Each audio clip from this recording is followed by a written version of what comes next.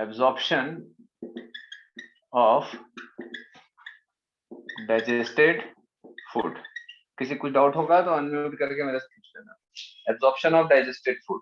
अब देखो बेटा, बात ये है कि एब्जॉर्प्शन के जो तरीके हैं वो क्या क्या होते हैं, मतलब किस किस तरीके से एब्जॉर्प्शन होता है। तो कहाँ कहाँ एब्जॉर्प्शन होता है उसको तो अपन बाद में देखेंगे। एब्जॉर्प्शन का जो मोड है, मोड ऑफ एब्जॉर्प्शन, कि हमारा जो इंटेस्टाइन है ना, एलिमेंट्री कैनाल है, उसमें किस किस तरीके से एब्जॉर्प्शन होता है। तो सिंपल डिफ्यूजन के थ्रू भी होगा, सिंपल डिफ्यूजन।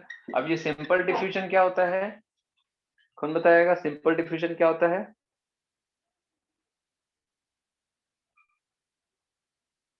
क्यों भाई आर्ची, सिंपल डिफ्यूजन क्या होता है?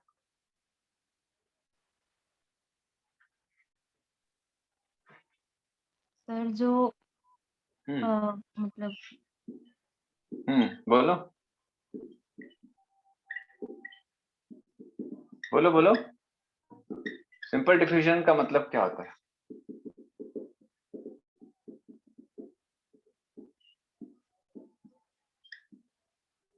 बोलो बेटा।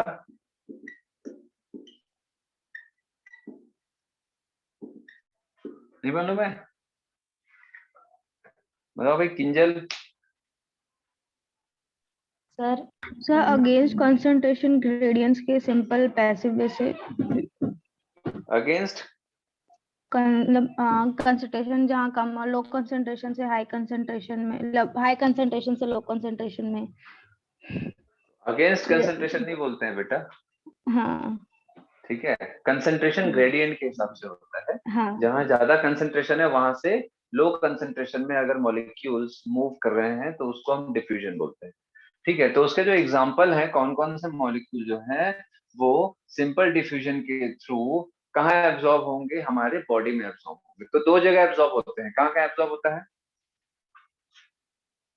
कहाँ कहाँ एब्जॉर्ब होता है? स्टमक के नहीं बेटा, फाट नहीं, एलिमेंट्री कैनाल से कहाँ एब्जॉर्ब होगा? ब्लड ब्लड में और लिम्फ में, दो जगह एब्जॉर्ब होता है, ब्लड एंड लिम्फ में, ठीक है।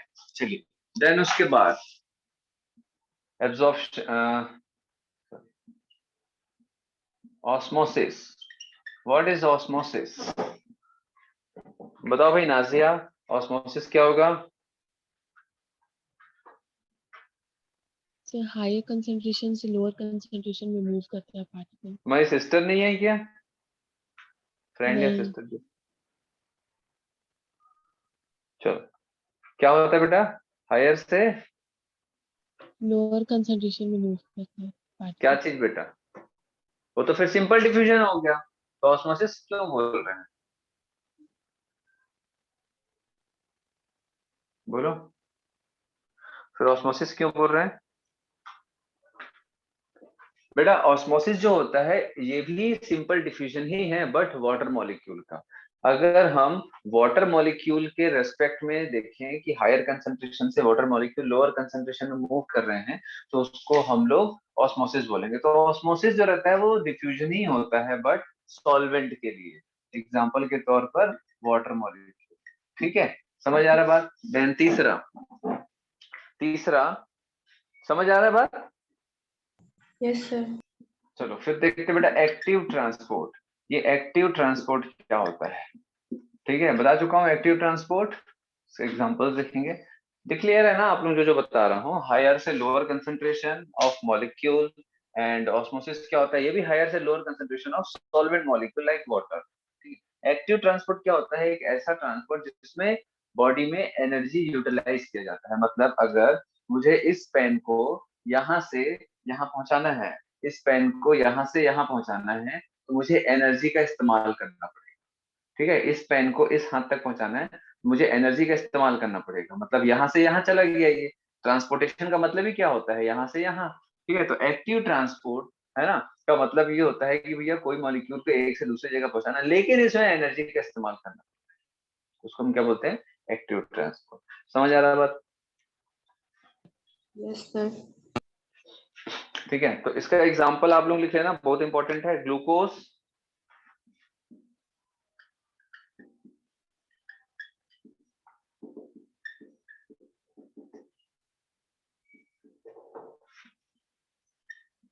सम अमीनो एसिड, ये ए डॉट ए क्या है, amino acid,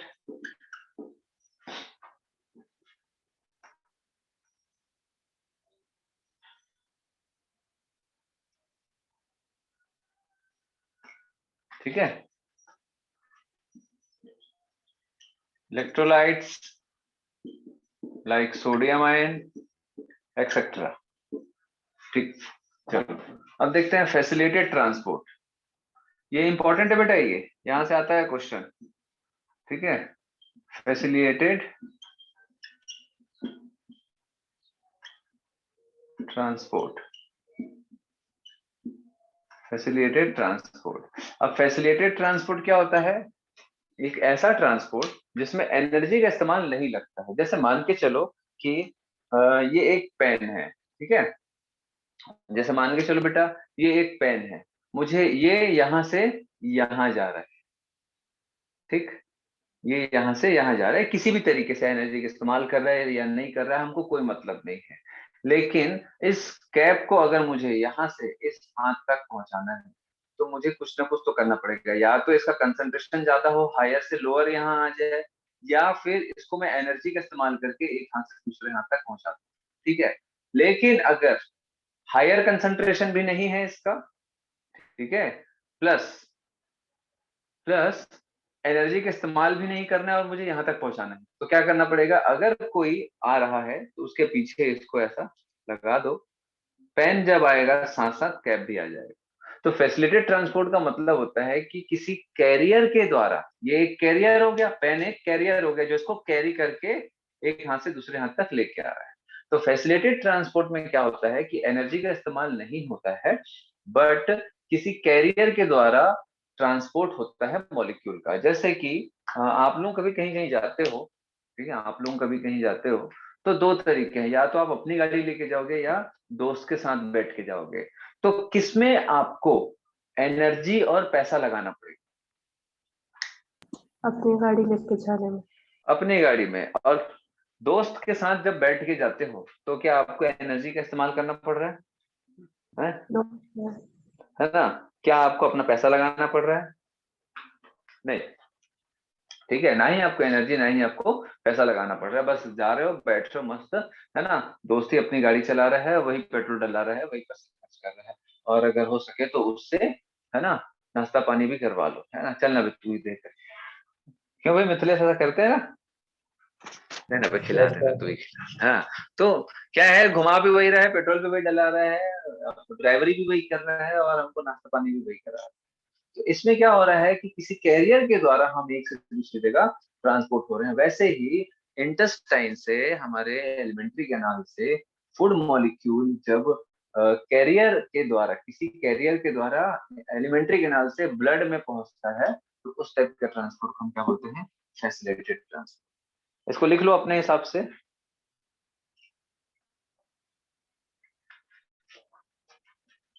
example, glucose plus some amino acids are absorbed by carrier ion।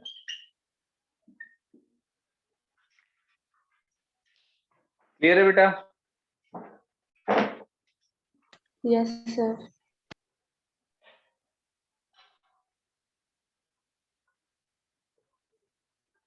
चलो हटा दो। Yes sir. सर ग्लूकोज आगे क्या लिखे, क्या चीज? आगे पूरा अनम्यूट करके बोलो बेटा, काटो मत फट से, आधा सुनाई दे रहा सर है, बोलो। ग्लूकोज के आगे ए ओ लिखे हो क्या, ऊपर ऊपर ये और ऊपर सर,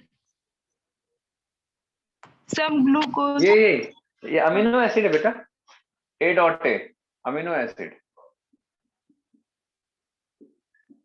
अमीनो एसिड है।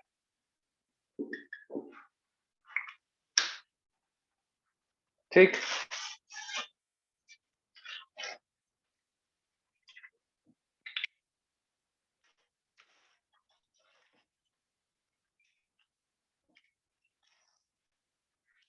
चलो इसको लिख लो या फिर स्क्रीन सेव कर लो।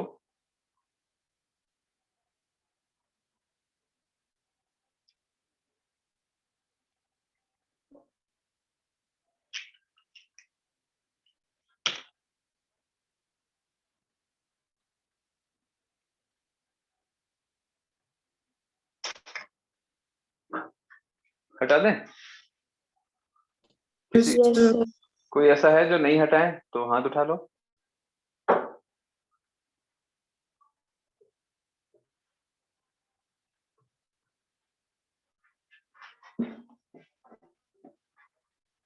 चलिए अब हम लोग देखते हैं बेटा कि बॉडी के कौन कौन से पार्ट में, मतलब माउथ से लेकर के पूरा जो है लार्ज इंटेस्टाइन तक कौन कौन सा फूड कहाँ कहाँ एब्जॉर्ब होता है।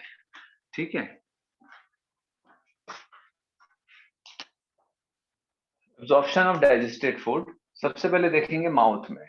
तो माउथ में कोई फूड का एब्जॉर्प्शन होता है क्या? हाँ, नहीं होता है ना, वरना हम खाते ही क्यों, माउथ में ही रखते, एब्जॉर्ब हो जाता है, एनर्जी मिल जाती है।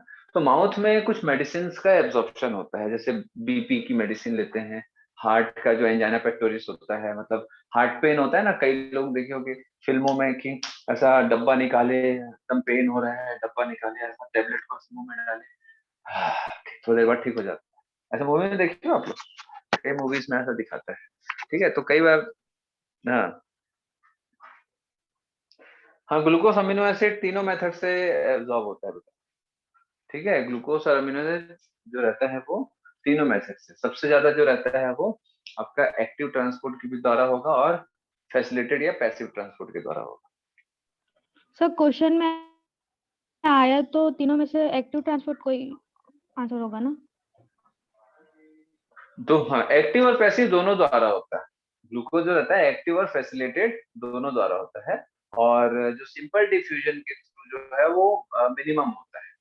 मेन जो है वो एक्टिव एंड फैसिलिटेड दोनों के थ्रू अच्छा खासा होता है। ठीक है,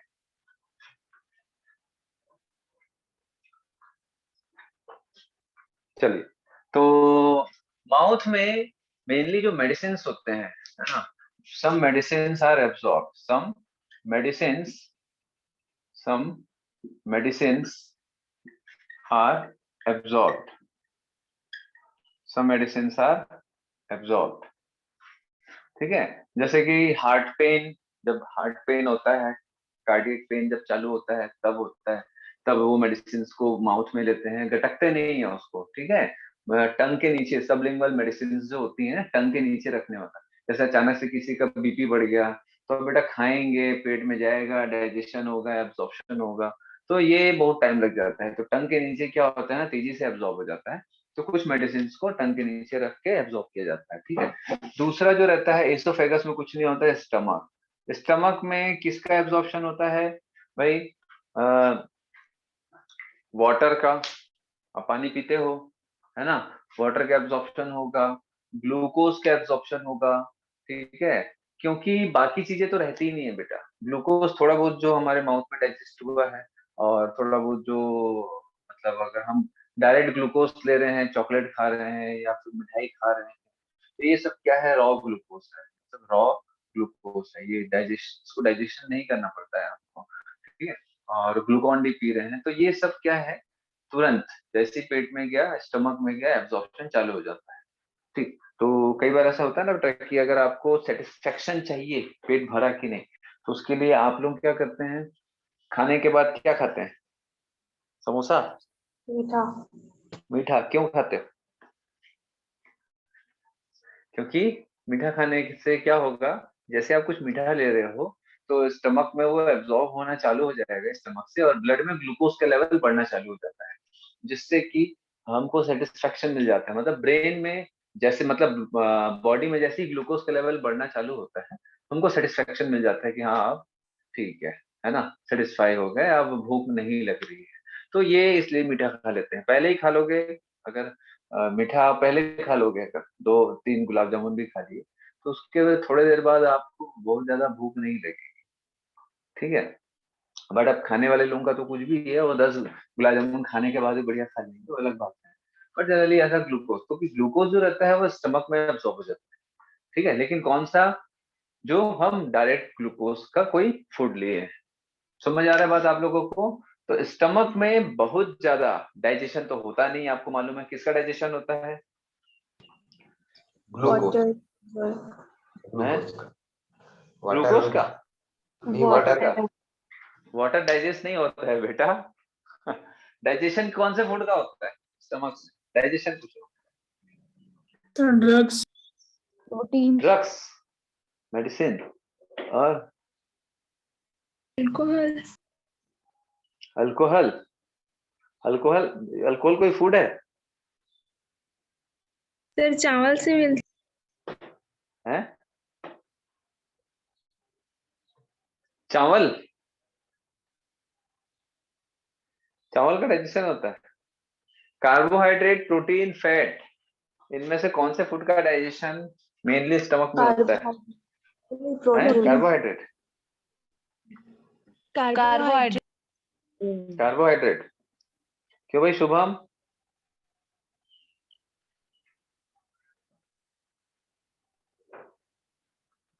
शुभम किसका होता है भाई? प्रोटीन याशिका?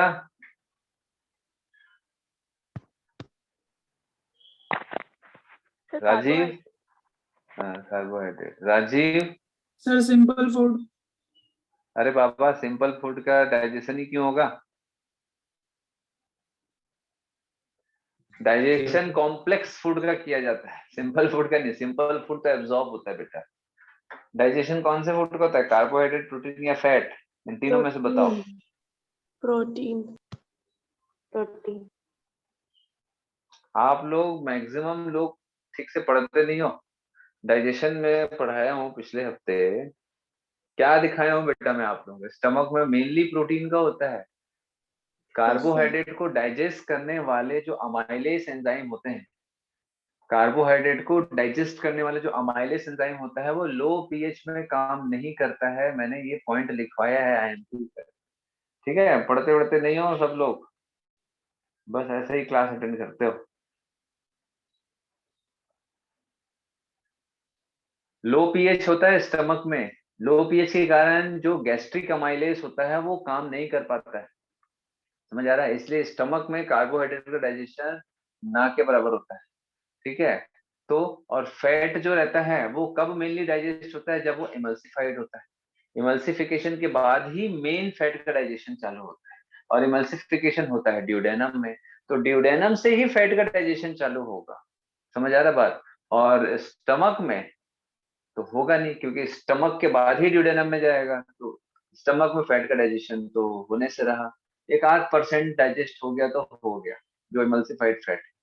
दूसरा कार्बोहाइड्रेट जो रहता है उसके लिए तो अमाइलेज जो एंजाइम होता है इतना लो पीएच होता है 1.8 की, वो काम ही नहीं कर पाता। तो बचा क्या? प्रोटीन। तो प्रोटीन ही मेनली पेप्सिन के द्वारा डाइजेस्ट होता है। समझ आ रहा बात? तो क्या एब्जॉर्ब होगा? जब कार्बोहाइड्रेट डाइजेस्ट नहीं हुआ तो फिर एब्जॉर्ब कहाँ से? तो जो हम डायरेक्ट ग्लूकोज लेते हैं डाइजेस्टेड, मतलब माइक्रो मॉलिक्यूल जो लेते हैं ग्लूकोज, फ्रक्टोज, वो डायरेक्ट एब्जॉर्ब होता है। समझ आ रहा बात? तो क्लियर हो रहा है भाई? लिख लो आप लोग और पढ़ाई किया करो यार। आप लोग ऑफलाइन में भी ये हाल है। पिछले साल ऑनलाइन में पढ़ाते थे हम लोग बच्चे लोगों को, पूरा ऑनलाइन ही हुआ है प्रॉपर बैच, फिर भी बच्चे एकदम फटाफट आंसर दे देते पढ़ते थे। कई बच्चों का बहुत अच्छा अच्छा मार्क्स आया है, 100, 600, 650 ऐसा भी आया है। चलो, तो क्या क्या होगा भाई? जो ग्लूकोज हम लेते हैं वो है ना, सम ग्लूकोज का एब्जॉर्प्शन होगा, है ना, वाटर का एब्जॉर्प्शन होगा, जो पानी हम पीते हैं बेटा वो एब्जॉर्ब होगा। ठीक है, और अल्कोहल जो है अगर गया, अल्कोहल कोई फूड नहीं है ना, ये तो नशा पत्ती वाली चीज है। तो जो अल्कोहल गया है वो एब्जॉर्ब होगा। तो कुछ मेडिसिन हो गए, सम ड्रग्स, वो एब्जॉर्ब होगा। समझ आ रहा है बात आप लोगों को? है ना, सम सॉल्ट्स एक्सेट्रा। तो ये सारा चीज तो स्टमक में भी बहुत ज्यादा कुछ एब्जॉर्प्शन नहीं होता है। देन उसके बाद आएंगे हम कहाँ पर? Small intestine. कहाँ पर भैया? ड्यूडेनम में। तो एब्जॉर्प्शन इन ड्यूडेनम। तो ड्यूडेनम में कौन कौन से फूड का एब्जॉर्प्शन होगा? बोलो। Glucose, amino acid, fatty acid, किसका एब्जॉर्प्शन होगा? फैटी एसिड, हाँ बेटा, फैटी एसिड, ग्लूकोज। ग्लूकोज। और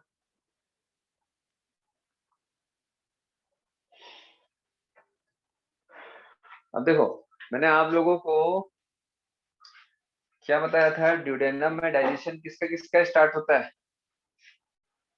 ड्यूडेनम में मेन जो है वो पैनक्रियाटिक एंजाइम के द्वारा डाइजेशन होता है। याद है, बताया था मैंने आप लोगों को, पैनक्रियाटिक एंजाइम के द्वारा डाइजेशन होता है ना? तो पैनक्रियाटिक एंजाइम जो होते हैं वो डाइजेशन चालू करते हैं। लेकिन मुझे बताओ, पैनक्रियाटिक एंजाइम जो रहते हैं वो कार्बोहाइड्रेट को किस फॉर्म तक तोड़ के छोड़ते हैं? डाइसेक्राइड। तो डाइसैकेराइड। और प्रोटीन को किस फॉर्म तक तोड़ते हैं भाई त्रिशा?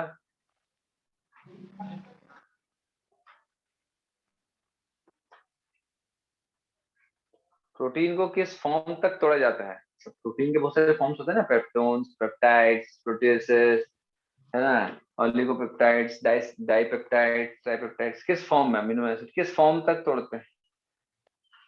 पेप्टाइड्स बोल रही है। बताओ भाई विक्की, है हनी, शशांक,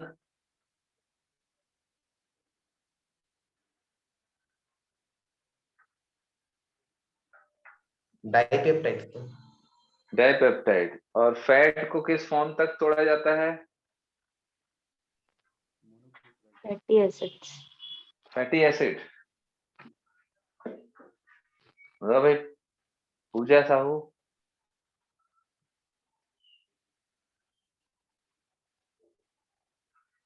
बेटा मैंने आप लोगों को बताया था कि जो भी टर्मिनल एंड प्रोडक्ट होता है कार्बोहाइड्रेट, प्रोटीन और फैट का, एंड प्रोडक्ट कौन क्रिएट करता है? किसके एंजाइम्स जो रहते हैं वो कार्बोहाइड्रेट का and product monosaccharide, glucose, fructose बनाता है। प्रोटीन का एंड प्रोडक्ट अमीनो एसिड कौन सिंथेसाइज, मतलब कौन बनाता है? डाइजेशन के बाद कौन रिलीज करता है? फैट का and product that is fatty acid plus glycerol कौन रिलीज करता है आफ्टर डाइजेशन? किसके एंजाइम? Intestine, intestinal enzyme. तो मुझे बताओ कि इंटेस्टाइनल एंजाइम इंटेस्टाइन के कौन से पार्ट से रिलीज होता है? ड्यूडेनम, जेजुनम या इलियम? Jejunum, ileum. जेजुनम और इलियम। याद आ रहा है भाई? Afiya yes sir. पढ़ते पढ़ते नहीं हो कोई सब लोग, है ना? जेजुनम और इलियम में ही इंटेस्टाइनल एंजाइम बनते हैं और इंटेस्टाइनल एंजाइम ही प्रोटीन के जो छोटे छोटे टुकड़े हैं उसको तोड़ के अमीनो एसिड में कन्वर्ट करता है। ठीक। फैटी एसिड का जो डाइग्लिसराइड, मोनोग्लिसराइड है उसको फैटी एसिड प्लस ग्लिसरॉल में कन्वर्ट करता है ना? और जो कार्बोहाइड्रेट्स हैं छोटे छोटे डाइसेक्राइड, ट्राइसेक्राइड, उसको तोड़ तोड़ के मोनोसेक्राइड लाइक ग्लूकोज, फ्रक्टोज में कन्वर्ट करता है। तो ये सारा कन्वर्जन जो रहता है एंड प्रोडक्ट्स, जो सबसे smallest and simple and absorbable form जो होता है, मेनली इंटेस्टाइनल एंजाइम के द्वारा किया जाता है, दैट इज जेजुनम और इलियम में। तो जब जेजुनम एंड इलियम में, जेजुनम और इलियम में अमीनो एसिड बन रहा है, ग्लूकोज बन रहा है, फैटी एसिड प्लस ग्लिसरॉल बन रहा है, ठीक है? इसका ये मतलब है कि ड्यूडेनम में नहीं बन रहा है। ड्यूडेनम में ये एंड प्रोडक्ट ऑफ फूड नहीं बन रहा है? समझ आ रहा बात? ठीक है। तो जब यहाँ पर है ही नहीं तो एब्जॉर्ब क्या होगा? जो फूड होगा वही तो एब्जॉर्ब होगा। तो यहाँ पर वो है ही नहीं, ये सारे सिंपल फूड, तो एब्जॉर्ब क्या होगा? समझ पा रहे हो आप लोग? ठीक है। तो ड्यूडेनम में ना ही इसका एब्जॉर्प्शन होगा। क्यों? क्योंकि ये बनता ही नहीं है। मैंने अभी आपको रीजन बताया कि ये क्यों नहीं बनता है। ये सब एग्जाम में आता है, ठीक है। तो इसीलिए ड्यूडेनम में किसी भी टाइप का फूड का एब्जॉर्प्शन नहीं होता है, बहुत ही मिनिमम फूड का एब्जॉर्प्शन होता है, और कुछ आयंस का होता है, ठीक है। सम आयंस का होता है, सम आयंस लाइक आयरन, कैल्शियम, ये सारी चीजें, ठीक है। समझ आया बात। तो अब आते हैं ड्यूडेनम के बाद किसमें, जेजेनम में। तो मेन जो डाइजेशन, सबसे ज्यादा डाइजेशन अगर आपको मिलेगा तो पैंक्रियाटिक एंजाइम के द्वारा ड्यूडेनम में होता है, ठीक है। पैंक्रियाटिक एंजाइम के द्वारा ड्यूडेनम में मैक्सिमम तरीके से डाइजेशन होता है, लेकिन एंड प्रोडक्ट्स आपको जेजेनम इलियम में मिलेगा। वो क्यों, मैंने भी आपको बताया है। तो भाई जहां पर एंड प्रोडक्ट मिलेगा तो वहां पर खड़ा थोड़े ना रहेगा वो। जेजेनम, जेजेनम सबसे लंबा होता है बेटा, पूरे इंटेस्टाइन में सबसे लंबा आपको जेजेनम मिलेगा, ठीक है। तो ड्यूडेनम में सारा चीज फूड डाइजेस्ट होके आ गया, सिंपल फॉर्म में नहीं है, ये डाइपेप्टाइड, डाइसैकेराइड, डाइग्लिसराइड, मोनोग्लिसराइड के फॉर्म में सब टूट टाट के आ गया। अब जेजेनम में जो एंजाइम्स होते हैं वो उसको तोड़ तोड़ के क्या करेंगे, मोनोग्लिसराइड्स को फैटी एसिड ग्लिसरॉल, और डाइपेप्टाइड को अमीनो एसिड, डाइसैकेराइड को ग्लूकोज, फ्रक्टोज, इसमें कन्वर्ट करेगा, that is simple and absorbable form में। और इसीलिए जेजेनम ऑलरेडी लंबा है काफी, बहुत सारे विलाई हैं, इसीलिए जेजेनम में मैक्सिमम एब्जॉर्प्शन होता है, maximum absorption of food occurs. सबसे ज्यादा एब्जॉर्प्शन यही होगा। क्यों, एब्जॉर्प्शन किसका होगा, सिंपल मॉलिक्यूल का, और सिंपल मॉलिक्यूल टूटते टूटते, समझ रहे हो, टूटते टूटते सबसे सिंपल मॉलिक्यूल कहां पर आता है, टूटते हुए जेजेनम में आ जाता है, इसीलिए यहीं पर सबसे ज्यादा एब्जॉर्प्शन होता है, ठीक है। लाइक ग्लूकोज, ठीक है, फ्रक्टोज, और भी दूसरे जो अमीनो एसिड्स हैं, amino acids, fatty acids, glycerol, ठीक है, सम विटामिन्स, मिनरल्स, एक्सेट्रा। समझ आया बेटा, क्लियर हो रहा है, सर। है ना। चलो, अब इसके बाद जो कुछ जेजेनम के बाद आएगा इलियम। तो इलियम में भी एब्जॉर्प्शन होगा, किसका किसका, इलियम में एब्जॉर्प्शन होगा, एब्जॉर्प्शन ऑफ वही glucose, amino acid, fatty acid, ठीक है, एक्सेट्रा। तो यहां से जो एब्जॉर्ब होना बच गया है वो अब कहां पर एब्जॉर्ब होगा, इलियम में एब्जॉर्ब होगा। समझ गए बात। बट मैक्सिमम यहां हो जाता है, कुछ बचा खुचा इलियम में जाके एब्जॉर्ब होता है। अब जो फूड इलियम में एब्जॉर्ब नहीं हुआ है वो फूड कहां पर चला जाएगा, बोलो, लार्ज इंटेस्टाइन, है ना, लार्ज इंटेस्टाइन में। अब लार्ज इंटेस्टाइन में फूड का एब्जॉर्प्शन नहीं होता।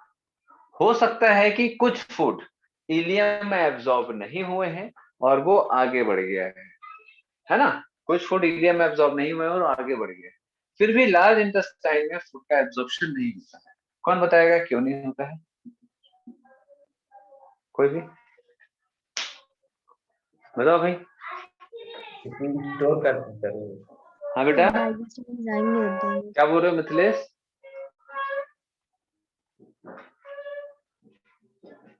बोलो भाई मिथिलेश, क्या बोल रहे हो। तो स्टोर एंजाइम, हाँ? स्टोरेज का काम मैं ये पूछ रहा हूँ, मैं ये नहीं पूछ रहा हूँ बेटा वो क्या करता है, मैं ये पूछ रहा हूँ वो क्या नहीं कर पाता है, क्यों नहीं कर पाता है। यहाँ पर एब्जॉर्प्शन नहीं होता, क्यों नहीं होता, ये क्या करता है थोड़ी ना पूछ रहा हूँ, ये क्या, ये क्यों नहीं कर पा रहा है।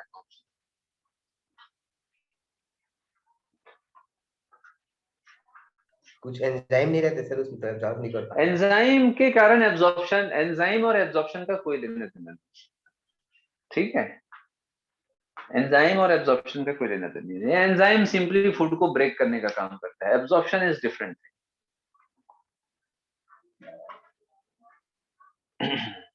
सर क्योंकि उसकी सरफेस में माइक्रोविलाई नहीं होते।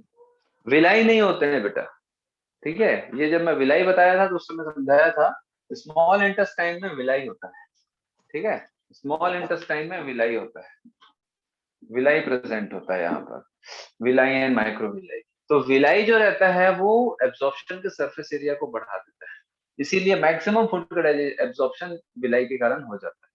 समझ आ रहा है बात? बट ऐसा नहीं है कि विलाई नहीं होने से एब्जॉर्प्शन बिल्कुल नहीं होगा, क्योंकि ब्लड सप्लाई तो आपको हर जगह मिलेगा, ठीक है। इसोफेगस में मिलेगा, स्टमक में मिलेगा, लार्ज इंटेस्टाइन में भी ब्लड की सप्लाई होती है ना। तो वहां पर एब्जॉर्प्शन, लिम्फेटिक सप्लाई होती है, वहां एब्जॉर्प्शन तो होगा।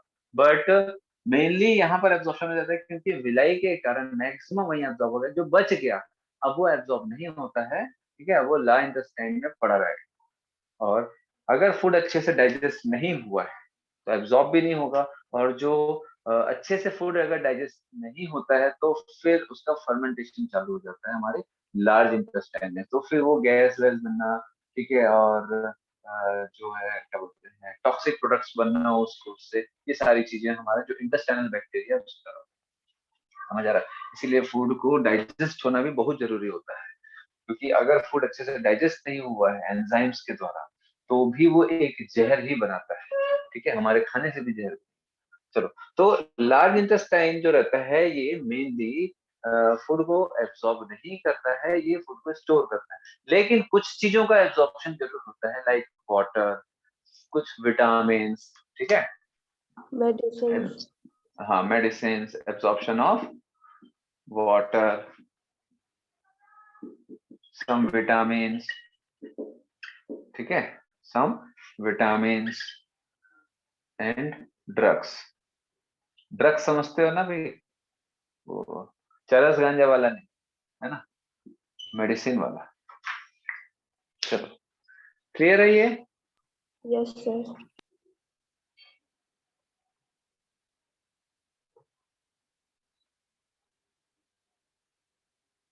इतना लिख वो कर लो, सब आता है बेटा एग्जाम में, आपको बस ध्यान रखना है कौन से फूड का कहाँ कहाँ क्या क्या एब्जॉर्प्शन होता है।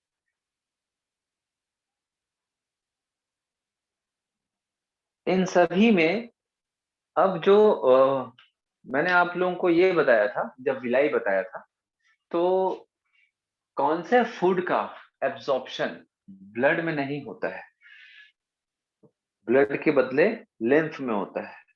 चलो बताओ भाई। फैट्स शुभम?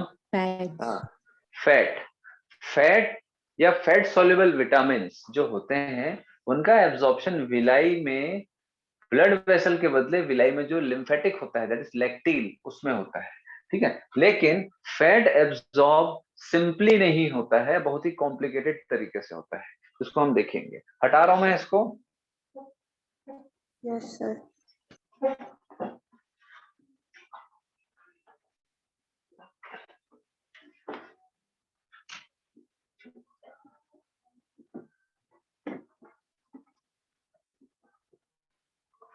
अच्छा बेटा, आप लोगों का टेस्ट ऑनलाइन होगा मालूम है कि ऑफलाइन होगा?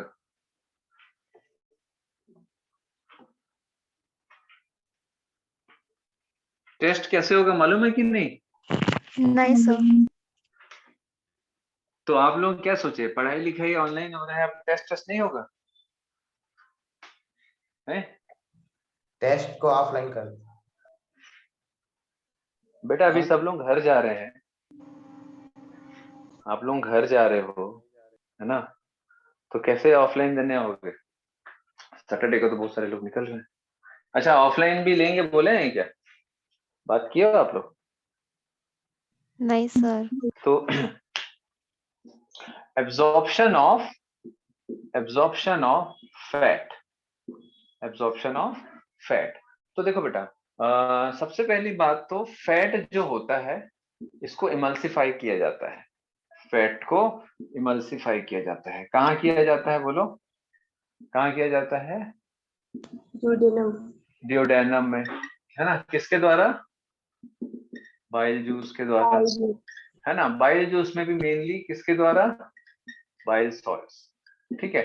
बाइल जूस में दो चीजें होती हैं बेटा, एक होता है बाइल सॉल्ट और एक होता है बाइल पिगमेंट। ठीक है, तो बाइल सॉल्ट जो रहता है वो इमल्सिफिकेशन में मदद करता है। बाइल पिगमेंट जो रहता है ये एक वेस्ट प्रोडक्ट है, वेस्ट प्रोडक्ट है।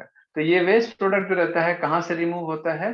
तो ये रिमूव होता है दो तरीके से, remove by urine and faecal matter. Faecal matter समझते हैं ना, अनडाइजेस्टेड फूड को बोलते हैं, आप लोग लिख रहे हैं ना, अनडाइजेस्टेड फूड को बोलते हैं फीकल मैटर।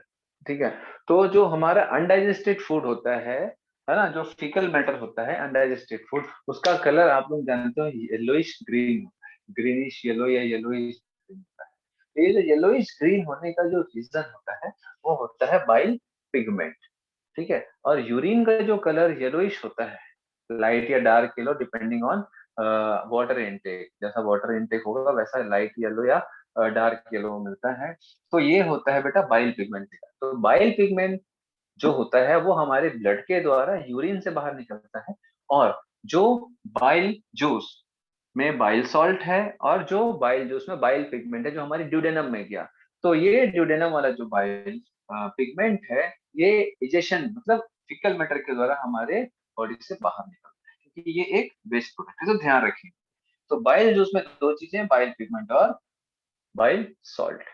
ठीक है, तो बाइल सॉल्ट जो रहता है एमल्सिफिकेशन में हेल्प करता है। तो ये क्या होगा? Small fat drops, small fat droplets, small fat droplets. अब इसका जो है एंजाइम के द्वारा, इसका जो है वो एंजाइम के द्वारा डाइजेशन होगा बेटा। ये एंजाइम कहाँ कहाँ का हो सकता है? ये स्मॉल इंटेस्टाइन का मैं लिख दिया है ना, आप लोग लिख लीजिए। ये एंजाइम स्मॉल इंटेस्टाइन का है, ड्यूडेनम, जेजुनम, इलियम का है। देन उसके बाद हमको क्या मिला? Fatty acid. हमको क्या मिला? Fatty acid. ठीक है, तो ये जो फैटी एसिड है ये एब्जॉर्ब कहाँ होगा? विलाई में। विलाई में दो चीजें होती हैं, एक है हमारा लैक्टील, एक है हमारा लैक्टील, ठीक है, और दूसरा है हमारा ब्लड कैपिलरी। ये ब्लड कैपिलरी, ये ब्लड कैपिलरी, तो ये हो गया हमारा ब्लड कैपिलरी।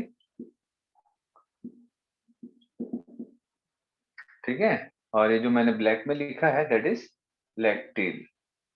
अब ये जो फैट है, ये जो फैट है इसको ध्यान से समझना, इसका प्रोसेस एग्जाम में 50 बार आता है ना, कंफ्यूज नहीं होना, बहुत ज्यादा इंपॉर्टेंट है। नीट में बहुत बार रिपीट हुआ है ना। तो ये जो फैटी एसिड है बेटा ये वाटर सॉल्युबल है या वाटर इनसॉल्युबल? Water insoluble. और बाकी लोगों के हिसाब से? Yes sir, insoluble. बेटा फैट कुछ भी हो है ना, वाटर सॉल्युबल नहीं होता है। फैट जो होता है वो वाटर इनसॉल्युबल होता है। ठीक है भाई, अगर वाटर इनसॉल्युबल है तो वो ब्लड के वाटर में या लैक्टील में भी वाटर ही होता है, उसमें कैसे वो डिसॉल्व होगा? अगर सॉल्युबल नहीं है तो कैसे वो एब्जॉर्ब होगा? तो सबसे पहले तो फैटी एसिड को कुछ ऐसे फॉर्म में कन्वर्ट करना है कि वो वाटर सॉल्युबल हो सके। ठीक है, तो फैटी एसिड को लैक्टील में एब्जॉर्ब करने से पहले हमको कुछ तरीके अपनाने पड़ेंगे। ठीक है, तो फैटी एसिड के साथ में क्या होता है बेटा? लिपिड, कोलेस्ट्रॉल, ठीक है, और साथ में बाइल सॉल्ट, साथ में bile salt plus fat soluble vitamin, that is vitamin A, D, E, K, are, fat soluble vitamin. क्योंकि फैट सॉल्युबल विटामिन भी वाटर सॉल्युबल नहीं होता है, तो हमको एक कॉम्प्लेक्स बनाना पड़ता है फैटी एसिड के साथ में, है ना, fat related complex plus bile salt. ये बाइल सॉल्ट क्या करता है? उसके बाहर एक कोटिंग कर देता है जिससे कि ये अब एक ऐसा स्ट्रक्चर बनेगा जो कि लैक्टिन में एब्जॉर्ब हो सकता है। ठीक है, समझ आ रहा है बात? मतलब किसी सेल के अंदर घुस सकता है। लेकिन मैं आपको बता दूं कि ये जो स्ट्रक्चर है ये अभी भी फुल्ली वाटर सॉल्युबल नहीं है, ये सिर्फ एक ऐसा स्ट्रक्चर बना है जो कि कहीं मूव कर सकता है। ठीक है, जो कि एक कहीं मूव कर सकता है, कॉम्पैक्ट स्ट्रक्चर होता है। इसको क्या बोलते हैं हम लोग? काइलोमाइक्रॉन्स। बोलो भाई, बाकी लोग क्या बोलते हैं इसको? ये काइलोमाइक्रॉन्स नहीं बेटा, ये मिसेली है, ये मिसेली है। ठीक है, इसको क्या बोलते हैं? मिसेली। तो ये जो स्ट्रक्चर है इसको बोलते हैं मिसेली, ध्यान रखना, है ना? इसीलिए बोल रहा हूँ, एकदम ध्यान से सुनते जाओ, इसमें कंफ्यूजन नहीं करना है आपको। तो ये जो स्ट्रक्चर है, ये जो स्ट्रक्चर है इसको हम बोलते हैं मिसेली। ठीक है, ये जो स्ट्रक्चर इसको बोलते हैं मिसेली। अब ये जो मिसेली है ये एब्जॉर्ब होगा, कहाँ एब्जॉर्ब होगा? बोलो, हाँ बेटा, कहाँ एब्जॉर्ब होगा? लैक्टिन। लैक्टिल में। बट अभी भी ये वाटर सॉल्युबल नहीं बना है, अभी मैं बताया ना कि फुली वाटर सॉल्युबल नहीं है।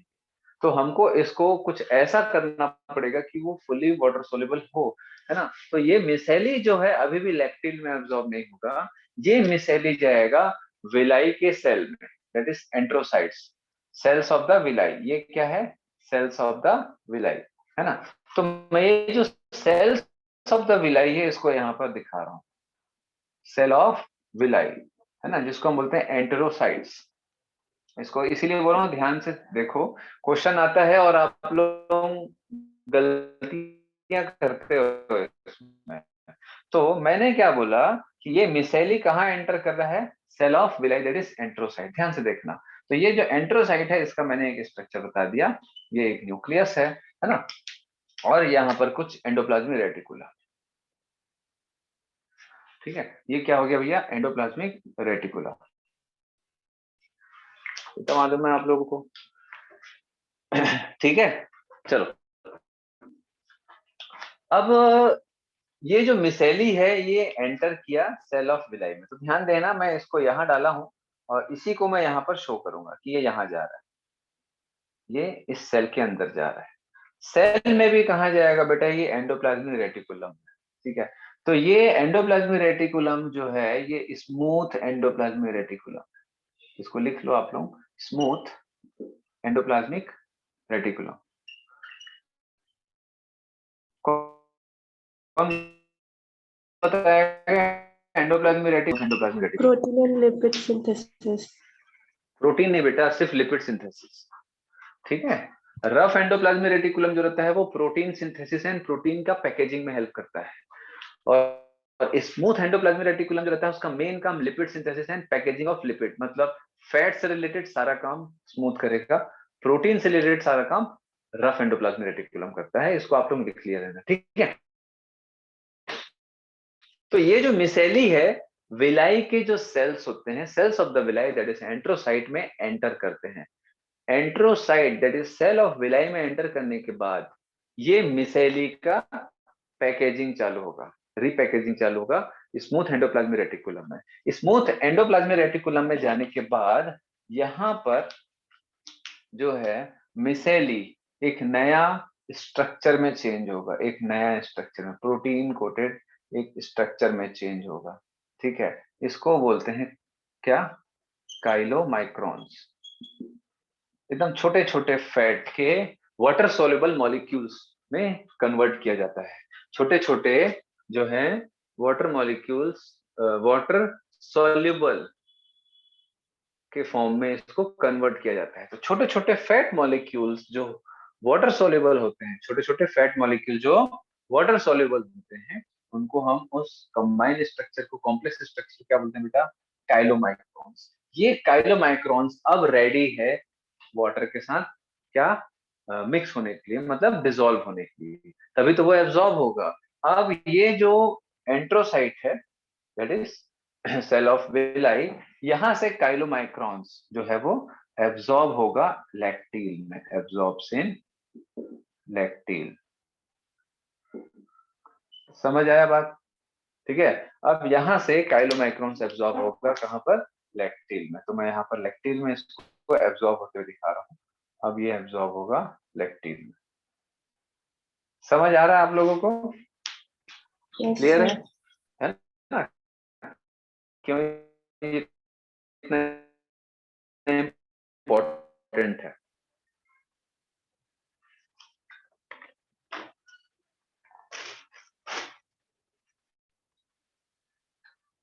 तो फैट का डाइजेशन से लेके एब्जॉर्प्शन तक एक सीक्वेंस लिखना।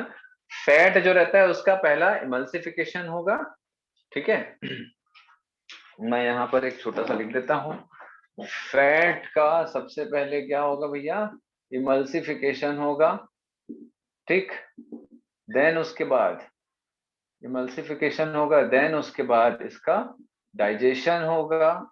डाइजेशन होने के बाद क्या मिलेगा, फैटी एसिड। फैटी एसिड जो रहता है ये कौन से फॉर्म में आएगा, मिसेली, ठीक है, मिसेली के फॉर्म में आएगा। मिसेली जो रहता है वो कहाँ जाएगा, एंटेरोसाइट में, सेल्स ऑफ विलाई, ऐसा लिख लेना बेटा, ये बहुत इंपॉर्टेंट है। एंटेरोसाइट में कन्वर्जन होगा, कन्वर्जन ऑफ मिसेली इनटू काइलोमाइक्रॉन्स। बेटा आफिया ये बंद करो, तो म्यूट करो, काइलोमाइक्रॉन्स, काइलोमाइक्रॉन्स, ठीक है। देन ये जो काइलोमाइक्रॉन्स है ये एब्जॉर्ब होगा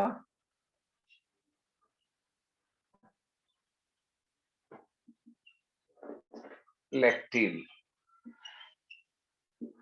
ठीक है, समझ आ रहा बात। अब लैक्टिन क्या होता है, एक लिम्फेटिक वेसल होता है। लैक्टिन क्या लिम्फेटिक वेसल है जिसमें लिम्फ प्रेजेंट होता है, लिम्फेटिक वेसल है जिसमें लिम्फ प्रेजेंट होता है, ठीक है। तो लेकिन फैट की जरूरत तो बेटा ब्लड में होती है।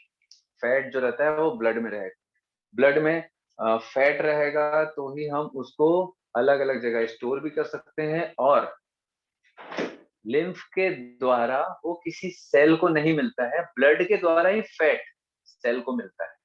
तो अल्टीमेटली फैट को कहां जाना चाहिए,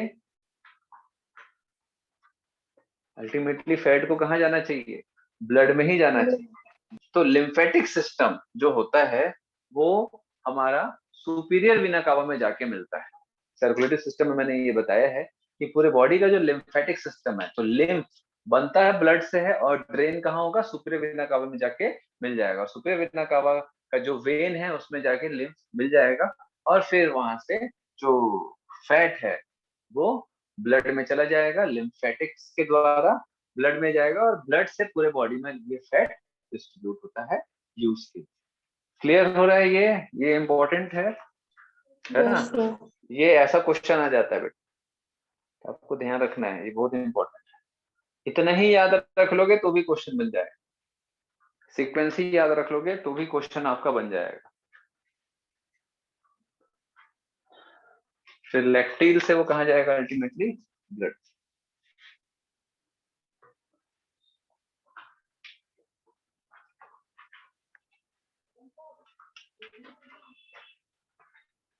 स्क्रीनशॉट ले लो इसका।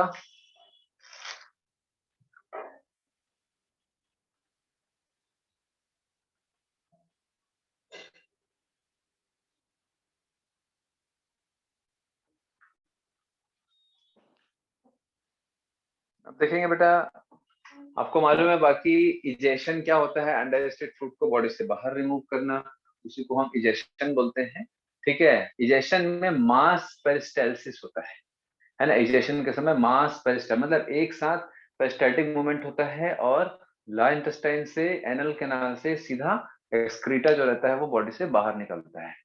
एसिमिलेशन क्या होता है, जो भी हम फूड लिए हैं उसको कैसी बॉडी यूज कर रही है, स्टोर कर रही है, उसी को हम एसिमिलेशन बोलते हैं, ठीक है। इसके बाद जो मेन आपका आता है disorders of digestive system, disorders of digestive system, ठीक है। तो अब इसमें सारा चीज पता है यार, जॉन्डिस क्या होता है, वोमिटिंग, डायरिया, क्या है? और क्या है? कॉन्स्टिपेशन। ये सब जनरल टर्म है जो आप लोग नॉर्मली यूज करते हो और जानते हो। और इंडाइजेशन, तो इसमें ज्यादा कुछ है नहीं बताने को।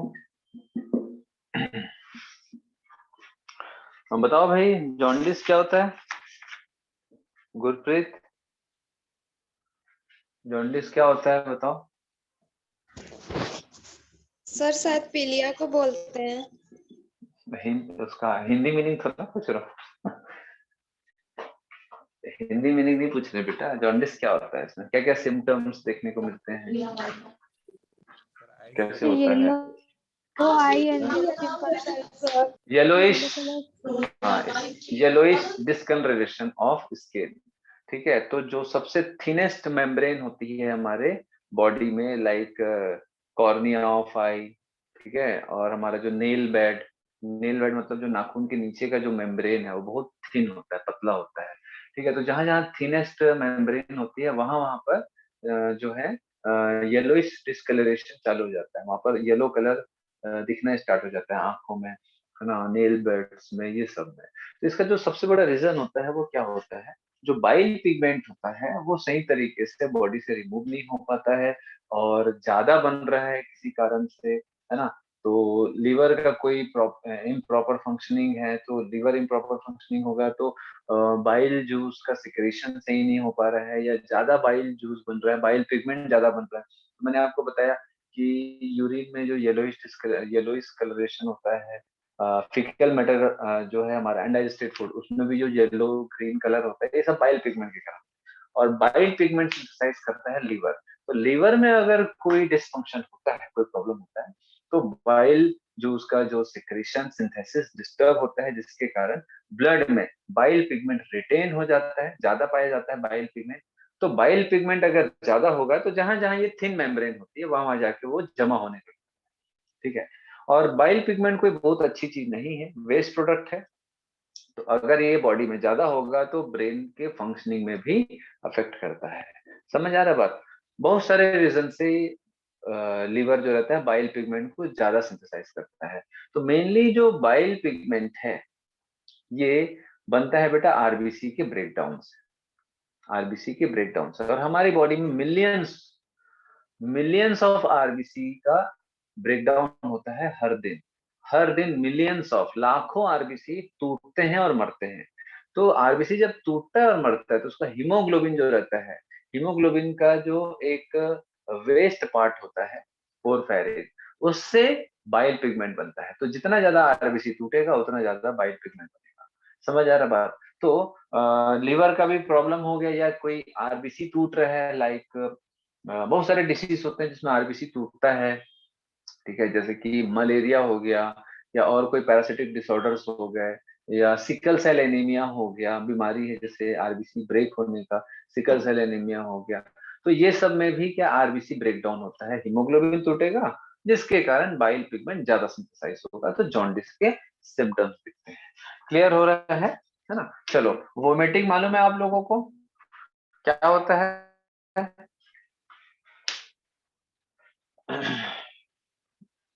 बताओ भाई, विशाखा, वोमिटिंग क्या होता है?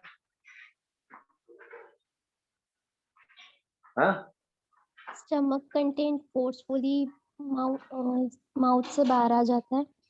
हाँ, स्टमक का कंटेंट जो रहता है वो रिवर्स माउथ में आ जाता है। बहुत सारे कारणों से, कोई खाना ऐसा है जो डाइजेस्ट नहीं हो पा रहा है, या कोई टॉक्सिक प्रोडक्ट हम लोगों ने खा लिया है, तो बॉडी जो रहता है उसको, बॉडी मतलब स्टमक जो रहता है उसको बाहर निकालने की कोशिश करता है। ठीक है, देन उसके बाद है हमारा डायरिया, है ना। तो भाई जैसे अनकंट्रोल्ड जो रहता है फूड जो रहता है स्टमक का वो बाहर जा रहा है, वैसे ही अनडाइजेस्टेड फूड का अनकंट्रोल्ड मैनर वे में, या फिर fast removal of undigested food from alimentary canal, है ना, डायरिया, मालूम है ना, दस्त तो बोलते हैं हम लोग, है ना। देन कॉन्स्टिपेशन क्या होता है? डायरिया का जस्ट उल्टा। डायरिया में क्या हो रहा है? फ्रिक्वेंट इजेशन हो रहा है, दिन में 4-5 बार 10 बार। ठीक है, पेट खराब होने के कारण कई बार होता है ना, ऐसा है, डायरिया हो गया। ठीक, तो कॉन्स्टिपेशन जो रहता है जब अनडाइजेस्टेड फूड जो रहता है एक रेगुलर टाइम ऑफ इंटरवल के दौरान बॉडी से रिमूव नहीं होता, 1 दिन 2 दिन 3 दिन 4 दिन जब बॉडी से रिमूव नहीं होता, ठीक है, अनडाइजेस्टेड फूड, तो उस कंडीशन को हम कॉन्स्टिपेशन बोलते हैं। तो ये सब नॉर्मल है ना। इनडाइजेशन, खाना ठीक से पच नहीं रहा है, डाइजेस्ट नहीं हो रहा है ना, एंजाइम की कमी है, या स्ट्रेस है, कई बार बहुत ज्यादा स्ट्रेस होता है लोगों को, या ओवर ईटिंग हो जाता है उस, है ना, या एंजाइम्स ठीक से रिलीज नहीं हुए हैं, उसके कारण भी इंडाइजेशन का प्रॉब्लम आता है। या बहुत स्पाइसी फूड खा लिए एकदम, है ना, इतना ज्यादा स्पाइसी फूड खा लिए हैं, तो उसके कारण भी होता है। चलो, तो ये सब तो एकदम नॉर्मल चीजें हैं। जो मेन आता है एग्जाम में वो ये पीएम, प्रोटीन एनर्जी माल न्यूट्रिशन।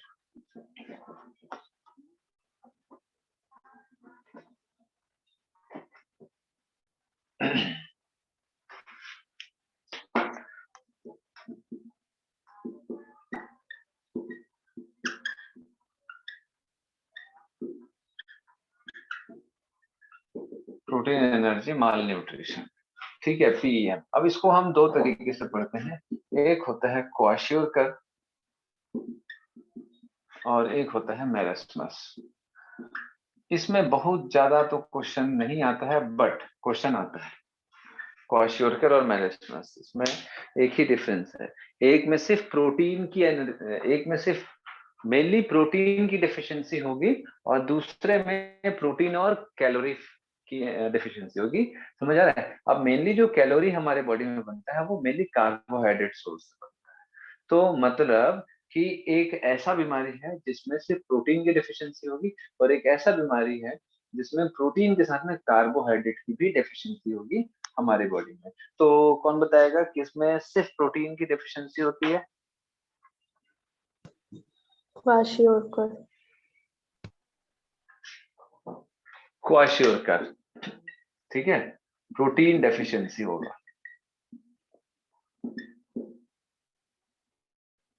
इसमें कैलोरी की डेफिशिएंसी नहीं होगी, है ना, कैलोरी बनाने वाले जो फूड है कार्बोहाइड्रेट की सप्लाई मिलेगा, ठीक। और मेरिस्मस में क्या होगा? Protein and calorie. And calorie deficiency होगी। अब कैलोरी जो रहता है मेनली कहाँ से मिलता है भैया? कार्बोहाइड्रेट। तो ध्यान रखेंगे ऐसा, मेनली हमारी बॉडी जो रहता है वो एनर्जी, है ना, कहाँ से बनाता है? मेनली कार्बोहाइड्रेट को एज अ प्राइमरी सोर्स के रूप में हमारा बॉडी जो रहता है वो यूज करता है। समझ आ रहा है बेटा? क्लियर है? अब बात ये आती है कि ये किस में होता है। तो जनरली ये बच्चों में होता है, ठीक है, 1 साल या 1 साल के अंदर, है ना, 1-2 साल के बच्चों में या 1 साल के अंदर के बच्चों में ये डेफिशिएंसी पाई जाती है। तो बेटा देखो, प्रोटीन की डेफिशिएंसी दोनों में कॉमन है। तो कई बार क्वेश्चन आता है कि इनमें से क्वाशियोकर एंड मेरिस्मस में कौन सी चीजें कॉमन है और कौन सी चीजें अनकॉमन है। तो इस टाइप के क्वेश्चंस भी आते हैं। तो क्या चीज कॉमन है? दोनों में प्रोटीन डेफिशिएंसी है, दोनों बच्चों में होता है। हाँ, ये अलग बात है कि 1 साल के ऊपर के बच्चों में, 1 साल के नीचे के बच्चों में होता है। ये सब डिफरेंसेस तो आपको ध्यान रखने हैं, ठीक है। तो मेनली इसमें प्रोटीन डेफिशिएंसी दोनों में है, इसमें कैलोरी डेफिशिएंसी नहीं है। तो क्या होगा बेटा? कैलोरी जो रहता है, मतलब कार्बोहाइड्रेट अगर लेते हैं तो फैट ऑटोमेटिक बनता है। मतलब कार्बोहाइड्रेट से मेन बॉडी जो रहता है, अगर ज्यादा कार्बोहाइड्रेट लेते हैं तो भी वो बॉडी उसको फैट में कन्वर्ट करके स्टोर करता है। क्योंकि जैसे आप अगर चावल खा रहे हैं, कार्बोहाइड्रेट ले रहे हैं, तो एक लिमिटेड अमाउंट में जो रहता है, जो कार्बोहाइड्रेट का एक लिमिटेड कुछ हिस्सा ग्लाइकोजन में कन्वर्ट होगा। लेकिन अगर ग्लाइकोजन भी स्टोर हो गया, अब जगह नहीं है लीवर में, मसल में भी स्टोर हो गया, तो अब बॉडी क्या करेगी? उसको फैट में कन्वर्ट करना चालू करता है, कार्बोहाइड्रेट को। तो ऐसा नहीं सोचना है कि सिर्फ ऑयल खाने से ही या फैट खाने से फैट बढ़ता है। मेनली हम बहुत ज्यादा ऑलरेडी ऐसे भी फैटी वाले चीजें हम नहीं खाते हैं, इतना सभी लोग कॉन्शियस है इस बात। लेकिन हम कार्बोहाइड्रेट रिच जरूर खाते हैं, हम चावल बहुत ज्यादा खाते हैं दबा के, खासतौर पर छत्तीसगढ़ में हम चावल बहुत ज्यादा खाते हैं, ठीक है। तो गेहूं भी कार्बोहाइड्रेट का ही सोर्स है। देन हम जैसे चॉकलेट खा रहे हैं, मिठाई खा रहे हैं, ये सब से कार्बोहाइड्रेट हमको मिलता है। तो कार्बोहाइड्रेट जो रहता है अल्टीमेटली फैट के फॉर्म में स्टोर होना चालू हो जाता है अगर हम एक्सेसिव लेते हैं। तो इसके बॉडी जो रहेगा, इसमें फैट मिलेगा आपको, बोलेगा फैट किसमें मिलेगा? तो फैट किसमें मिलेगा? किसमें मिलेगा जी? इसमें आपको अच्छा खासा फैट मिलेगा कि इसमें अच्छा खासा फैट मिलेगा? मेरेस्मस में नहीं क्वाशियोरकर में। मेरेस्मस में कि क्वाशियोरकर में? हाँ बोलो भाई। सर क्वेश्चन क्वाशियोरकर फर्स्ट में सर। क्वाशियोरकर में, ठीक है। क्वाशियोरकर में आपको थोड़ा सा फैटी बॉडी मिलेगा, लेकिन मेरेस्मस में नहीं मिलेगा। क्यों? मेरेस्मस में कार्बोहाइड्रेट की भी डेफिशिएंसी है और प्रोटीन की भी डेफिशिएंसी है। तो दोनों कंडीशन में क्या हो रहा है, इनका जो है मसल बहुत ही वीक हो जाएगा, पतले दुबले से होंगे। आप लोग जो है डायग्राम में देखना, है ना, कि एकदम दुबले पतले से रहते हैं बच्चे, एकदम हड्डियां दिखते रहती है, स्किन एकदम ड्राई हो जाता है, कॉर्निफाइड हो जाता है, बॉडी का ग्रोथ नहीं होता। क्योंकि बेटा बॉडी के ग्रोथ के लिए प्रोटीन बहुत एसेंशियल होता है। बॉडी के ग्रोथ के लिए प्रोटीन बहुत एसेंशियल। तो दोनों कंडीशन में बॉडी का ग्रोथ जो रहता है वो बहुत डिस्टर्ब होता है, मसल वीक हो जाता है, मसल टूटना चालू हो जाता है, ठीक है। वीक रहते हैं बच्चे, एकदम पतले दुबले से, हड्डी का ढांचा दिखते रहता है। समझ आ रहा बात? तो बस ध्यान रखना है, इसमें एक प्रोटीन डेफिशिएंसी, एक प्रोटीन एनर्जी की डेफिशिएंसी होगी। क्लियर है बेटा? Sir yes sir. चलो अब एक देखते हैं कैलोरीफिक वैल्यू।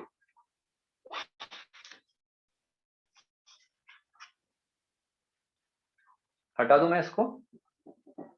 ये शॉर्ट जो लिखा हो ना, इसी से ही क्वेश्चन आता है। बाकी जो थ्योरी है वो आपको रीड करना है। उसके जो बहुत सारे सिम्टम्स हैं, ऑलमोस्ट बहुत सारे मिलते जुलते हैं, एक दो को छोड़ करके जो मैंने आपको समझाया है। और वर्ड टू वर्ड जो एनसीईआरटी है उससे आता है। और मेनली इसमें पॉइंट टू पॉइंट क्वेश्चन आता है कि कौन सा प्रोटीन एनर्जी डेफिशिएंसी होगी और कौन सा से प्रोटीन की डेफिशिएंसी होगी। ये सबसे ज्यादा कॉमन है, 80% क्वेश्चन यही से आता है, ठीक है। चलो देन उसके बाद calorific value of carbohydrate, protein and fat, ठीक है। अभी कैलोरीफिक वैल्यू क्या होता है कि कितनी कैलोरी या कितनी एनर्जी बनेगी कार्बोहाइड्रेट से, प्रोटीन से और फैट से। तो आपको मालूम होगा कि सबसे ज्यादा एनर्जी कौन से तीनों में से कौन से फूड से हमको मिलती है? बोलो। कार्बोहाइड्रेट। और कोई? सब लोग बताओ भाई। माया? यस किससे बेटा? तीनों में से सबसे ज्यादा एनर्जी कौन निकाल के देता है? मतलब बॉडी में सबसे ज्यादा एनर्जी कौन से फूड से बनता है? प्रोटीन। प्रोटीन। और कार्बोहाइड्रेट। कार्बोहाइड्रेट। रीना? देखो मेरे को यहाँ पर ना नाम दिख रहा है, लेकिन आप कौन हो, है ना? नाम यहाँ तो दिख रहा है, लेकिन मैं फेस से मैच नहीं कर पा रहा हूँ आप लोगों को। हाँ भाई रीना? Sir carbohydrate. कार्बोहाइड्रेट। और कौन बताएगा? बताओ भाई। शशांक?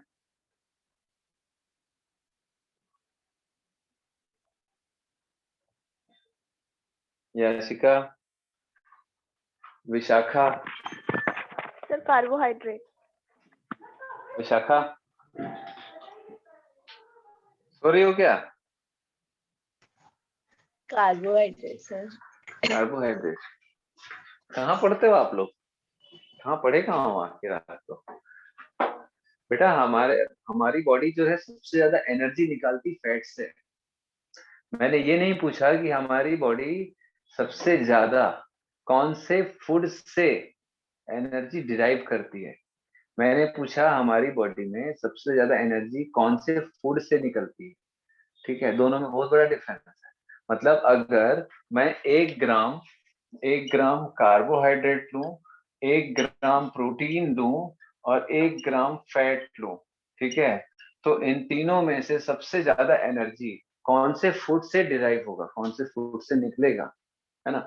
इन तीनों में से कौन से फूड को सबसे ज्यादा एनर्जी के रूप में इस्तेमाल किया जाता है बोलेंगे तो कार्बोहाइड्रेट। हमारी बॉडी प्राइमरी फूड के रूप में कार्बोहाइड्रेट को यूज करती है, लेकिन सबसे ज्यादा एनर्जी बनता किससे है वो एक अलग चीज है, ठीक है। तो फैट से सबसे ज्यादा एनर्जी बनता है। अगर 1 ग्राम फैट को अगर बॉडी ब्रेक करेगी तो करीब करीब 9.0 किलो कैलोरी की एनर्जी रिलीज होती है। ठीक है, वहीं अगर मैं प्रोटीन और कार्बोहाइड्रेट को बोलूं तो 4.0 किलो कैलोरी एनर्जी, और इसमें भी लगभग 4.0 किलो कैलोरी। ठीक है, 4 किलो कैलोरी के आसपास की एनर्जी रिलीज होती है 1 ग्राम प्रोटीन और 1 ग्राम कार्बोहाइड्रेट से। समझ आ रहा है? तो अगर हम 1 ग्राम प्रोटीन खाते हैं, 1 ग्राम कार्बोहाइड्रेट खाते हैं और 1 ग्राम फैट खाते हैं, तो उस 1 ग्राम जो फूड है तीनों में से, उसमें से 1 ग्राम में सबसे ज्यादा एनर्जी कौन बना रहा है? कौन बना रहा है भाई? फैट। फैट। फैट से ज्यादा एनर्जी निकलता है, लेकिन हमारी बॉडी कार्बोहाइड्रेट को क्यों यूज करती है as a primary source for energy production? Calorie जो रहता है वो एनर्जी का वो है, ठीक है, यूनिट है। तो ये 4 kilo calorie 9 kilo calorie, but हमारी बॉडी जो रहता है वो primary source for food, primary source for energy production as a carbohydrate को लेती है, ना कि फैट को, और प्रोटीन को तो छोड़ ही दो, तो सबसे लास्ट में यूज किया जाता है। बट एनर्जी कौन बनाएगा एक अलग चीज है। समझ पा रहे हो आप लोग? Yes sir. ठीक है, तो अब कौन बताएगा कि जब फैट से डबल, लगभग डबल मान लो, कार्बोहाइड्रेट, 1 ग्राम कार्बोहाइड्रेट से जितनी एनर्जी बन रही है उससे डबल से भी ज्यादा, या डबल ही मान लो, ठीक है, उससे डबल फैट से बन रहा है, तो हमारी बॉडी ज्यादा एनर्जी क्यों नहीं बनाती फैट को तोड़ के? क्योंकि कार्बोहाइड्रेट इजीली डाइजेस्ट हो जाएगा डाइजेस्ट नहीं फैट के बेटा, कंपैरिजन में। डाइजेशन नहीं, Absorb हो डाइजेशन जाएगा। अलग चीज, एब्जॉर्प्शन भी एक अलग चीज है। एब्जॉर्ब होने के बाद ही तो सेल में ये होगा ना बेटा। आफ्टर एब्जॉर्प्शन सेल यूटिलाइज करेगा फूड को, सेल यूटिलाइज करता है। जैसे मैं एक सेल हूँ, ठीक है, सब हो गया, बन गया, खाना बन गया, खेत में खाना होगा, सॉरी खेत में जो फूड होगा, फिर उसको ट्रांसपोर्टेशन करके घर में लाया गया, घर में उसको बढ़िया बनाया गया, ठीक है, एब्जॉर्ब हो गया मान लो, फिर उस फूड को मैंने ले लिया। तो मैं एक सेल हूं, तो मैं कार्बोहाइड्रेट को एज अ प्राइमरी सोर्स के रूप में लूंगा एनर्जी प्रोडक्शन की, ना कि फैट को। समझ आ रहा बात? मतलब मेरे तक पहुंचने के बाद जो है मैं कार्बोहाइड्रेट को as a primary source for food production, for energy production लूंगा, ना कि फैट को। भले ही फैट डबल एनर्जी बनाता है, बट फिर भी मैं उसको नहीं। हाँ, और बताओ सब लोगों को बताओ, कोई बात नहीं, गलती बताओगे तो क्या हो गया? कोई भी बताओ, हैंड रेस करो जो बताना चाहते हैं, भले गलत बताओ, कुछ नहीं होता।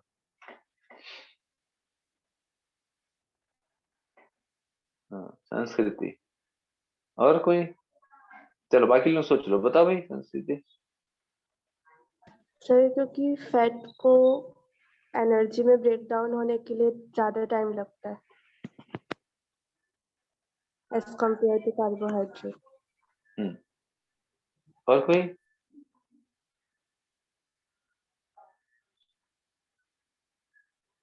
और कोई भी यार, जो भी बोलना चाहे।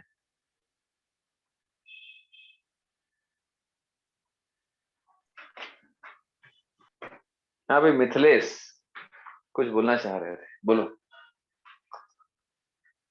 क्या सर है? पहले कार्बोहाइड्रेट को हम्म, एनर्जी लेता है, उसके बाद फैट को लेता है सर, फैट स्टोरेज के फॉर्म में रहता है।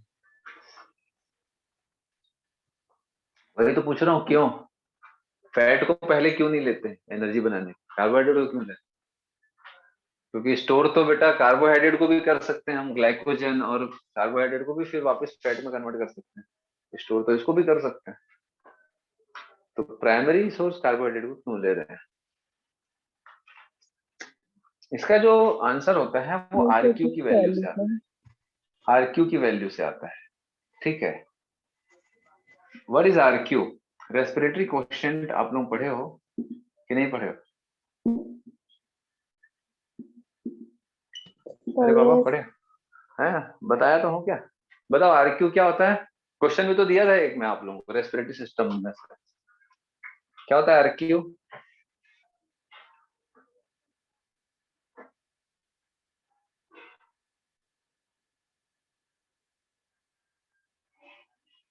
अरे RQ क्या होता है? Volume of carbon dioxide produced divided by volume of oxygen consumed.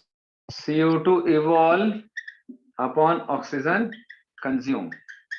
ठीक है, ये RQ होता है।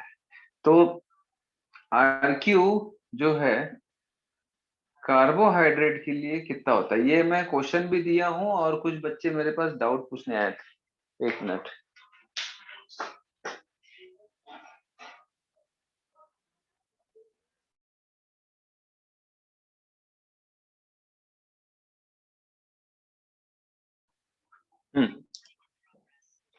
तो RQ फॉर कार्बोहाइड्रेट कितना होता है बेटा? 1. 1। RQ फॉर फैट कितना होता है बेटा? 0.7. 0.7। चलो, मतलब क्या है? Less than 1। इसका मतलब क्या होता है बेटा, और इसका मतलब क्या होता है? 1 कैसे आएगा? मतलब एक कार्बन डाइऑक्साइड अगर निकलेगा, ठीक है, तो एक ऑक्सीजन कंज्यूम होगा। ऐसे ही है ना? एक कार्बन डाइऑक्साइड अगर इवॉल्व होगा तो एक ऑक्सीजन कंज्यूम होगा। ठीक है, ऐसे ही है ना? तभी तो इन दोनों की वैल्यू कट पिट के 1 आएगी। 0.7 का मतलब क्या होगा? CO2 और ऑक्सीजन का रेशियो क्या होगा? कौन ज्यादा यूज होगा, कौन ज्यादा कंज्यूम होगा, तब वो 0.1 आता है। बोलो, ऊपर वाला ज्यादा होना चाहिए या नीचे वाला कम होना चाहिए? क्या होगा, क्या हो सकता है? ऑक्सीजन ज्यादा यूटिलाइज्ड होगा। ऑक्सीजन ज्यादा यूटिलाइज होता है यहाँ पर। ऑक्सीजन ज्यादा यूटिलाइज होता है। ऑक्सीजन ज्यादा यूटिलाइज होगा तभी वैल्यू 1 से कम आती है। समझ पा रहे हो आप लोग? ठीक है, इसका मतलब क्या है? ये RQ क्या बताता है? रेस्पिरेटरी क्वेश्चन, मतलब सेल जब रेस्पिरेशन करता है, मतलब कि सेल जब किसी फूड को तोड़ता है और उससे एनर्जी बनाना चालू करता है, तो भाई जैसे आप लोगों को मालूम है कि ग्लूकोज जो है, ग्लूकोज प्लस ऑक्सीजन, ऐसा carbon dioxide plus water plus ATP, that is energy. ये एनर्जी किलो कैलोरी के फॉर्म में होता है। समझ आ रहा बात? ठीक है, तो यहाँ पर ग्लूकोज ब्रेक हो रहा है। तो बेटा अब इसका जो पूरा का पूरा, अगर मैं एक करेक्ट फॉर्मूला अगर मैं आपसे पूछूं, बता सकते हो आप लोग क्या क्या होगा? 1 ग्लूकोज प्लस ऑक्सीजन कितना होगा? 6 O2। और कार्बन डाइऑक्साइड कितना होगा? 6 प्लस 12 H2O। ठीक है, तो यहाँ पर ऑक्सीजन और कार्बन डाइऑक्साइड कितना निकला और कितना यूज हुआ? 6 यूटिलाइज हुआ और 6 यूज इवॉल्व हुआ। 6 कार्बन डाइऑक्साइड जो है वो इवॉल्व हुआ और 6 ऑक्सीजन यूटिलाइज हुआ। तो इन दोनों को डिवाइड करेंगे तो 1 ही आएगा। तो ऐसे आता है RQ की वैल्यू। समझ आ रहा बात? लेकिन वही अगर हम फैट की बात करें या प्रोटीन की बात करें, तो उसमें ऑक्सीजन ज्यादा यूज होता है। समझ आ रहा बात? तो बॉडी जो है ऑलरेडी, हमारे पास ऑक्सीजन उतना ज्यादा हम नहीं ले पाते। लंग्स बहुत ज्यादा इतना बड़ा नहीं है और हमारा रेस्पिरेटरी सरफेस भी बहुत ज्यादा नहीं है। समझ आ रहा बात? लंग्स कोई बहुत बड़ा ऑर्गन नहीं है, ठीक है, जितना हमको एनर्जी चाहिए उसके हिसाब से। तो बॉडी क्या करती है कि भी जितना ऑक्सीजन है उतने में ही हम फूड को ब्रेक करेंगे, एरोबिक रेस्पिरेशन के थ्रू। उतने में ही, जितना अवेलेबल ऑक्सीजन उतने में हम ब्रेक करेंगे। तो अगर हमको फैट चाहिए होगा तो हम ज्यादा ऑक्सीजन यूटिलाइज करेंगे, जो कि हमारे लिए पॉसिबल नहीं। तो बॉडी अल्टीमेटली क्या करती है भैया, जितना हम ले रहे हैं उतना इवॉल्व कर दें तो ये हिसाब बराबर हो जाएगा। अगर जितना इवॉल्व हो रहा है उससे ज्यादा हम लेंगे तो दिक्कत वाली बात होगी। समझ आ रहा बात? ठीक है, या फिर हम ऑक्सीजन ले रहे हैं कम और कार्बन डाइऑक्साइड ज्यादा निकल रहा है, या कोई एसिड ज्यादा निकल रहा है कार्बन का, तो वो भी हमारे लिए टॉक्सिक, हार्मफुल है ना भाई? एक मिनट।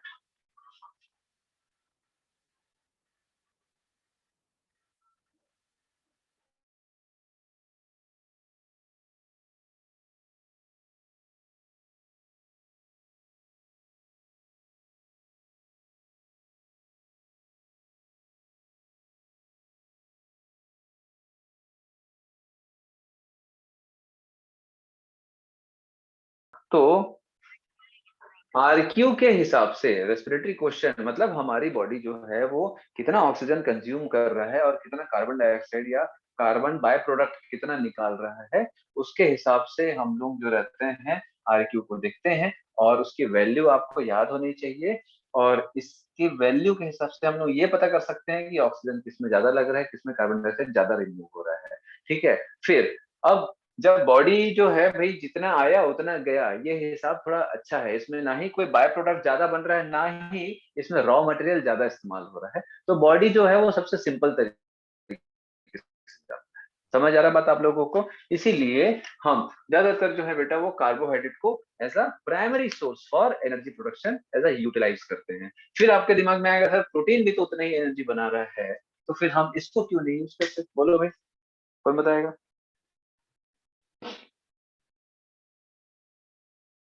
कोई भी? रिंकी मतलब भाई, रिंकी प्रोटीन को हम क्यों नहीं यूज करते बेटा?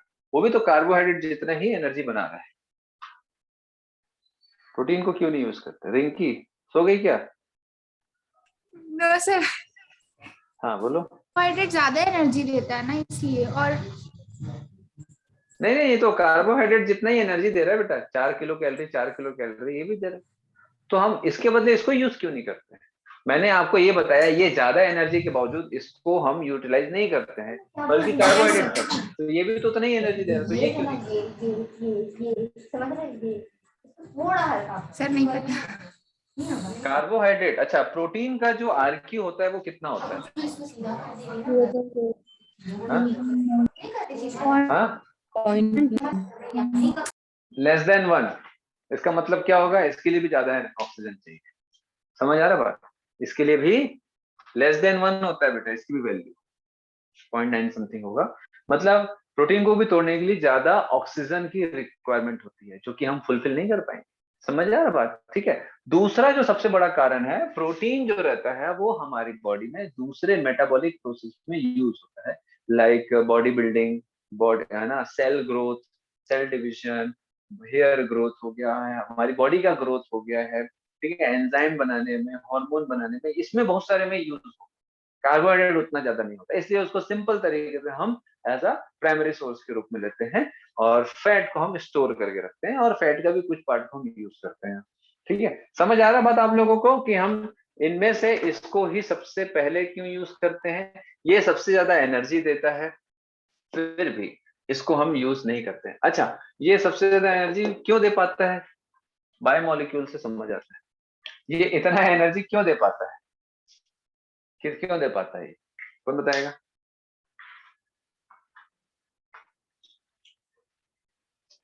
बेटा अगर आप फैट का स्ट्रक्चर देखोगे तो बहुत ही लंबा चेन होता है कार्बन का।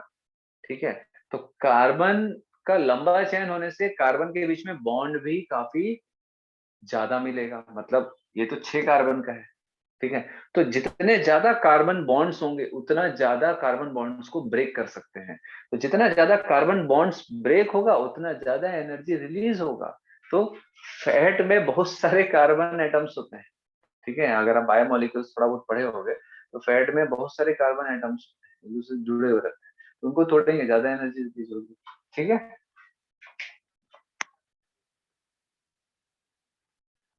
क्लियर हो रहा है बेटा ये आप लोगों को? है ना? तो ये जो मैंने आप लोगों को बताया ये सब फिजियोलॉजिकल वैल्यू है। तो मैं छोटा सा एक स्क्रीन शेयर कर रहा हूँ आप लोगों से। ये आप लोगों को दिख रहा है बेटा कैलोरिक वैल्यू जो है कि नहीं दिख रहा है? अटक गया है।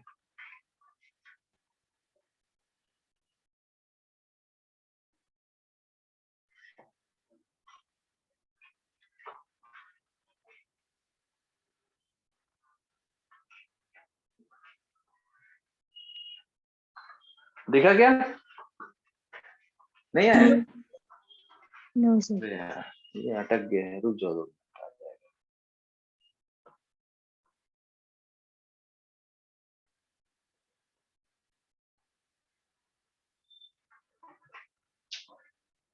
हाँ दिखा? चलो, तो ये कैलोरिक वैल्यू दिख रहा है, तो इसमें ऊपर ग्रॉस कैलोरीफिक वैल्यू दिख रहा है और नीचे फिजियोलॉजिकल वैल्यू दिख रहा है। तो मैंने आपको अभी कौन सा बताया बताओ? ग्रॉस कैलोरीफिक वैल्यू बताया या फिजियोलॉजिकल वैल्यू बताया?